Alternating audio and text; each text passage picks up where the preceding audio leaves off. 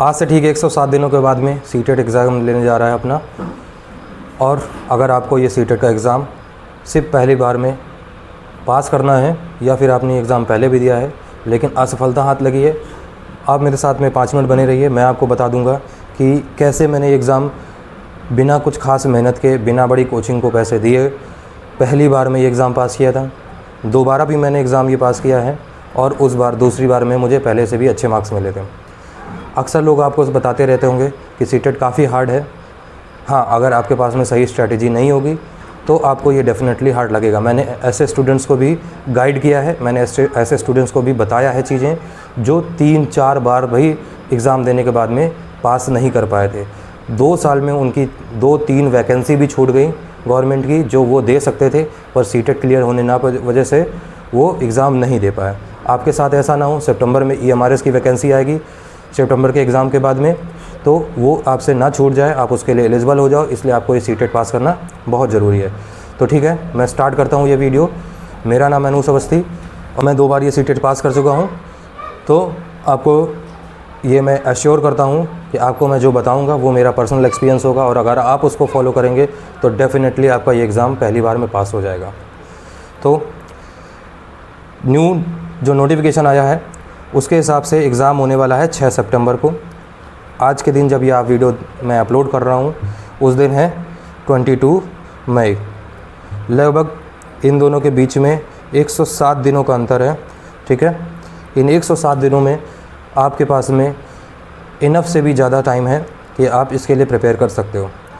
मैं आपको बताता हूँ कि आपको बहुत ज़्यादा पढ़ाई नहीं करनी है, जितना मैं बोलूँगा आप उतना करिए। उसके बाद में आप मुझे बताइएगा कि आपको फ़र्क पड़ रहा है कि नहीं पड़ रहा है। तो सबसे पहले आप जिस युद्ध को लड़ने जा रहे हैं वो युद्ध क्या है, उसमें कौन कौन से हथियार चाहिए और क्या क्या जानकारी आपके पास में होनी है उसके बारे में मैं बता देता हूँ। उसके बाद में स्ट्रैटेजी पे आऊँगा। तो सबसे पहली बात कि सीटेट का जो एग्ज़ाम होता है वो 2 चरणों में होता है। एक होता है प्राइमरी लेवल, एक होता है जूनियर लेवल। प्राइमरी लेवल वो लोग देते हैं जिन्होंने DLED या BTC का कोर्स किया होता है और जिन्होंने B.Ed के लिए अप्लाई किया होता है। जिन्होंने B.Ed अपीयरिंग होते हैं स्टूडेंट्स, वो अपर प्राइमरी या जूनियर के लिए एलिजिबल होते हैं। कुछ दिनों तो पहले तक जो B.Ed वाले थे वो दोनों एग्ज़ाम में अपीयर हो सकते थे। फ़िलहाल सुप्रीम कोर्ट के ऑर्डर के बाद से दोनों का अलग अलग हो चुका है। मतलब अब B.Ed वाले और BTC वाले दोनों अलग अलग लेवल पर बैठेंगे और दोनों के लिए अलग अलग वैकेंसी होगी। तो सबसे पहली बात, एग्ज़ाम में क्या आने वाला है और एग्ज़ाम कितने मार्क्स का है। तो मैं आपको बता दूं, क्वेश्चन हो, टाइम हो या मार्क्स हो, सब 150 है। आपको 150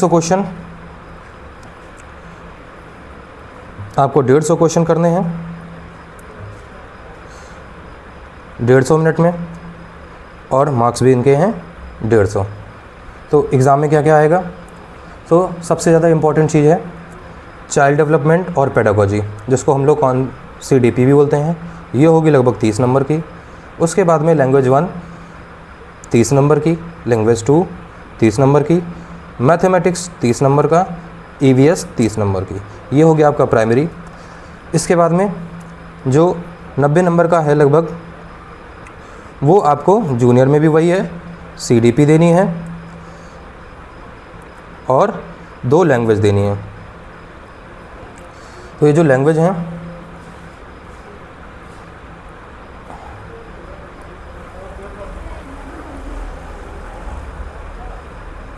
ये लैंग्वेज कभी हिंदी भी हो सकती है और इंग्लिश भी हो सकती है। आप चाहें तो इनकी जगह लैंग्वेज 2 की जगह या लैंग्वेज 1 की जगह आप दोनों में से कोई एक भी रीजनल लैंग्वेज भी चूज़ कर सकते हैं, जैसे मराठी हो गई।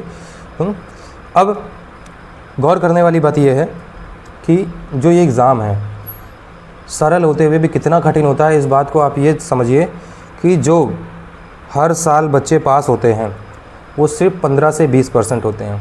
इस बार सबसे ज़्यादा रिजल्ट आया था और वो था लगभग 25% था।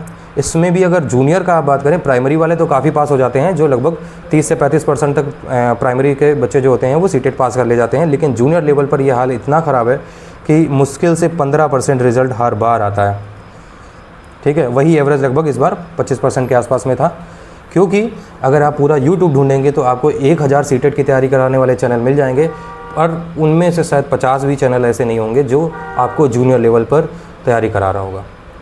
बहुत कम लोग ऐसे हैं जो जूनियर लेवल पर आपको तैयारी करा रहे हैं। ठीक है, तो अब आगे बढ़ते हैं। आपने एग्ज़ाम समझ लिया कि एग्ज़ाम में आपको क्या करना है। 150 मार्क्स हैं, 150 क्वेश्चन है, 150 मिनट है, 30 के पार्ट्स हैं। अगर आप जूनियर में हैं तो आपको 60 मार्क्स में मैथ्स या साइंस का अलग एग्ज़ाम देना होगा। अगर आप सोशल साइंस से हैं, मतलब आपने बीएड वगैरह किया है, तो 60 मार्क्स की आपकी सोशल स्टडीज़ आएगी। यही अंतर है बस जूनियर और प्राइमरी में। चलिए अब बात करते हैं कि जो आपके स्कोरिंग सब्जेक्ट्स हैं वो क्या हैं और आपको सीटेट पास करने के लिए मार्क्स कितने चाहिए। तो सबसे पहली बात, जो टारगेट है वो 150 में से आपको 90 मार्क्स लाने हैं। ये जर्नल की बात कर रहा हूँ। अगर आप कैटेगरी हैं तो उसके हिसाब से, आपकी कैटेगरी के हिसाब से आपको छूट मिलेगी। पर आप ये मान के चलिए कि आपको 150 में से 90 नंबर लेके आने हैं।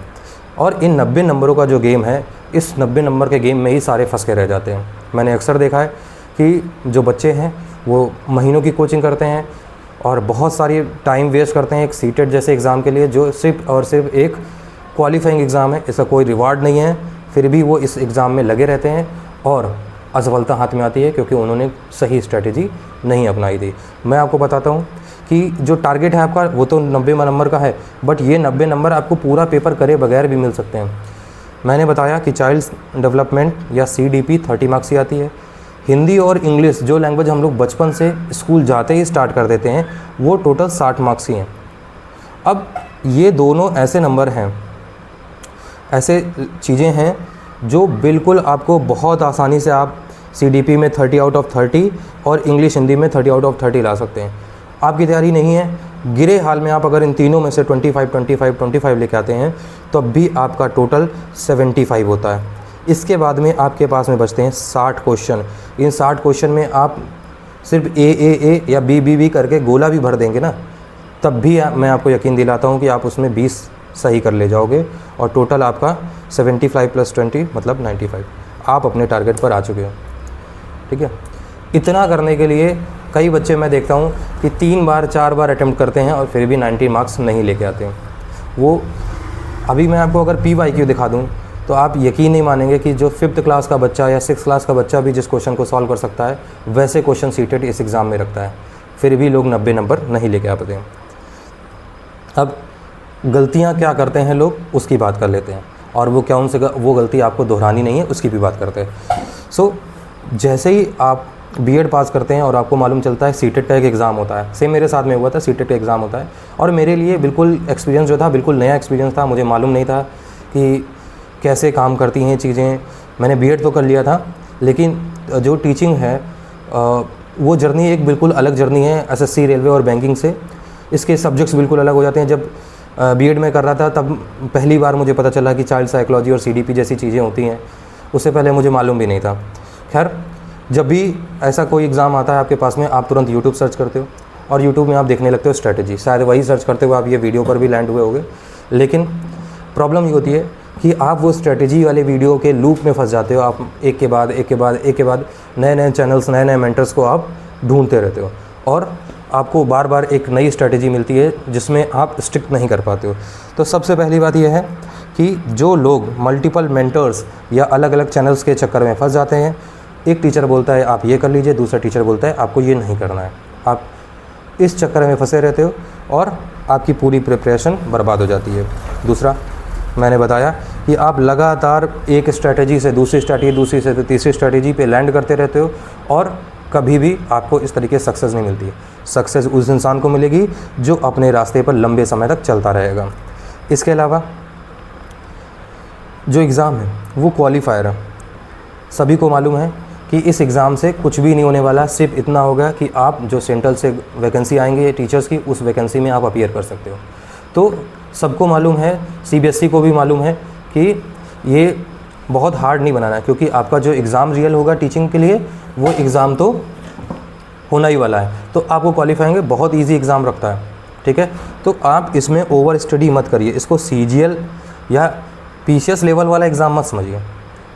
ये एक छोटा सा इजी एग्ज़ाम है, इसके लिए आपको ज़्यादा नहीं पढ़ना है और थोड़ी पढ़ाई से आपका बहुत काम चल जाएगा। तो ओवर स्टडी बिल्कुल नहीं करनी। कुछ लोग सोचते हैं कि 10 दिन 15 दिन में तैयारी हो जाएगी, तो वो हो सकती है। मैंने खुद लास्ट में 1 हफ़्ता केवल प्रिपेयर किया था। मैंने पहली बार जब एग्ज़ाम दिया था तो लिटरली मैंने 1 हफ्ते की भी पढ़ाई नहीं की थी, लेकिन मेरा एग्ज़ाम निकल गया था। बट वो 1 हफ्ते की जो पढ़ाई थी ना, वो मेरी प्रैक्टिस थी, जिसमें मैंने MCQ सॉल्व किए थे जो प्रीवियस ईयर वाले थे। मुझे ये देखना था कि एग्ज़ाम आता कैसा है। और मैं एग्ज़ाम क्यों कर ले जाऊँगा, क्योंकि मैंने बीएड में CTP पढ़ी थी और मैं लगातार पिछले 7-8 सालों से छोटे बच्चों को ट्यूशन्स पढ़ा रहा था। तो जो 6th 7th 8th की क्लास की जो बुक्स होती हैं वो मुझे काफ़ी हद तक तैयार थी, चाहे वो EVS की हो, चाहे मैथ की हो, चाहे साइंस की हो, वो सारी बुक्स मुझे तैयार थी। तो ऑलरेडी मैंने छोटे बच्चों को ट्यूशन पढ़ाकर अपनी प्रिपरेशन कर रखी थी, इसलिए मेरा 1 हफ्ते में काम चल गया। लेकिन अगर आपने ये सब नहीं किया है, आप डायरेक्ट पेपर में अपेयर होने जाने वाले, तो आपको एक अच्छा खासा टाइम गैप लेके चलना पड़ेगा। और वो अगर आप लास्ट टाइम के लिए छोड़ोगे तो सारी चीज़ें आपके दिमाग में हलवा बन जाएंगी। आप EVS भी पढ़ोगे, आप हिंदी भी पढ़ोगे, पेडागोजी भी पढ़ोगे, और बाद में जब आप एग्ज़ाम हॉल में बैठोगे तो सारी चीज़ें लगेंगी, ये वाला फैक्ट इस वाले सब्जेक्ट का है, ये वाला इसका सब्जेक्ट का है, तो आप कुछ भी नहीं कर पाओगे। तो लास्ट मिनट के लिए आपको नहीं छोड़ना है, आपको कंटिन्यू स्लोली धीरे धीरे रोज़ पढ़ाई करनी है, ठीक है। तो वही बात है नेक्स्ट पॉइंट कि आपको इरेगुलर स्टडी नहीं करनी चाहिए।